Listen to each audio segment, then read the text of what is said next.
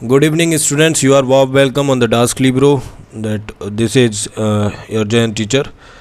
So आज देखो हम देखने वाले हैं राउल्ट के नियम के कुछ क्वेश्चंस हो गए थे, एक आध बच्चा है वो भी अपलोड हो जाएगा। और अभी अपन जा रहे हैं कॉलिगेटिव प्रॉपर्टीज़ में। तो कॉलिगेटिव प्रॉपर्टीज़ में ये कह रहा है कि विलायक के सामान्य क्वथनांक पर, अब विलायक क्या दिया हुआ है इसमें ये देखना पड़ेगा। विलायक के सामान्य क्वथनांक पर एक अवाष्पशील विलेय का 2% जलीय विलयन, यानी कि 2% जलीय विलयन।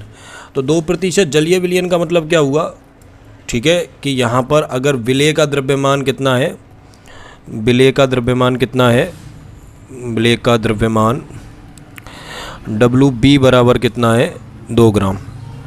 और तो विलायक का द्रव्यमान कितना हो गया, और विलायक कौन है, H2, इसने मेंशन किया है। विलायक का द्रव्यमान WA बराबर हो गया आपका 98 ग्राम, ठीक है। ये कह रहा है जलीय विलयन का 1.004 बार वाष्प दाब है विलायक के सामान्य क्वथनांक पर, ठीक है, सामान्य क्वथनांक पर।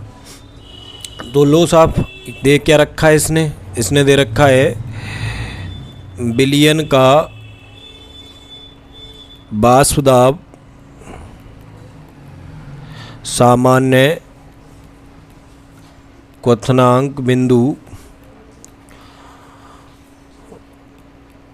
PA बराबर 1.004 बार।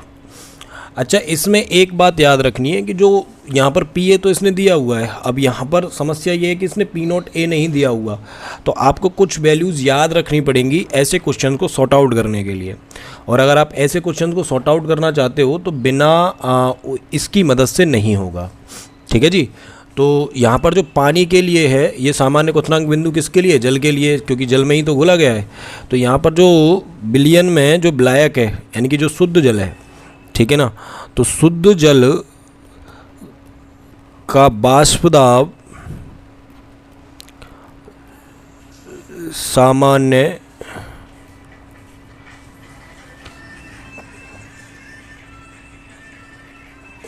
शुद्ध जल का वाष्प दाब सामान्य क्वथनांक बिंदु पर, यानी कि P0A बराबर हो गया 1.013 बार। ये हमें याद रखना है, ठीक है जी। अब हमें पता है कि जो हमारा विलायक है उसका जो मोलर द्रव्यमान होगा वो मोलर द्रव्यमान हम H2O का निकालेंगे। तो ये तो सबको निकालना आता ही होगा, 1 × 2 + 16, यानी कि ये हो गया हमारा 18 ग्राम पर मोल। अब प्रश्न में क्या पूछ रहा है, ये पूछ रहा है विलेय का मोलर द्रव्यमान ज्ञात कीजिए, यानी ये पूछ रहा है MB पूछ रहा है कि विलेय का मोलर द्रव्यमान कितना होगा।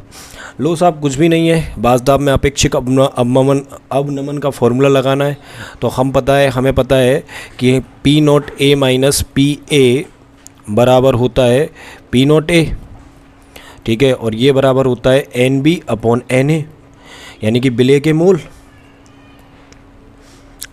मोल बटा विलायक के मोल। तो लो साहब फॉर्मूला को खोल लेते हैं। तो फॉर्मूला को खोलने पर क्या आएगा, NB बराबर हो जाएगा WB/MB मल्टीप्लाई बाई ये हो जाएगा आपका WA और मल्टीप्लाई बाई MA। तो P0A - PA/P0A। तो P0A कितना दे रखा है अपना 1.013 माइनस PA दे रखा है 1.004/1.013 और WB दे रखा है आपका 2 ग्राम। एक बार चेक कर लेते हैं, 2 ग्राम, WB बराबर 2 ग्राम।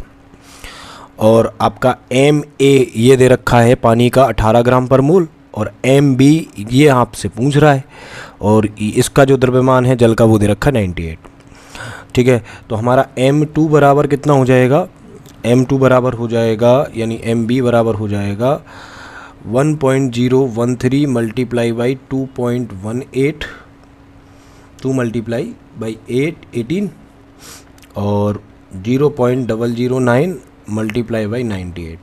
तो यहाँ से जो हमारा MB आएगा वो आएगा 41.35 ग्राम पर मोल। यही हमारा आंसर है, ठीक है जी। मिलते हैं नेक्स्ट